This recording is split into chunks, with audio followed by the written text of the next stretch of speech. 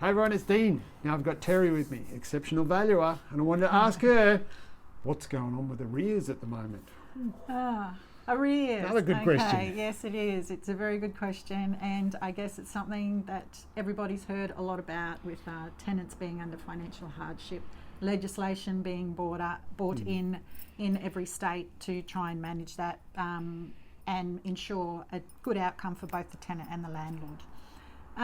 So obviously all of the deferred rents that are agreed between a landlord and tenant do go onto your arrears list. It is rent that is not abated, it is deferred, so it's sitting there as outstanding rent. I think the key to managing your arrears and ensuring that your landlord understands and knows what's going on is that if you have arrears on your arrears list that are not subject to an agreement with a landlord, and your landlord is not aware of what's going on with that tenant, it increases your risk of your landlord becoming unhappy. You really need to ensure that if tenants are not paying, you've contacted the landlord, contacted the tenant to find out what's going on and try and mediate a good outcome for both.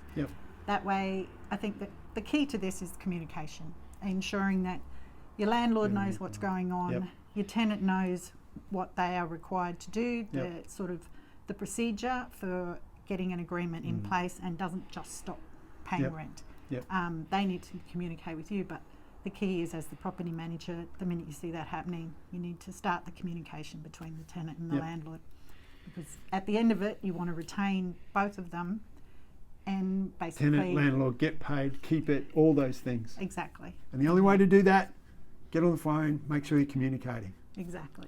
Cheers. Thanks.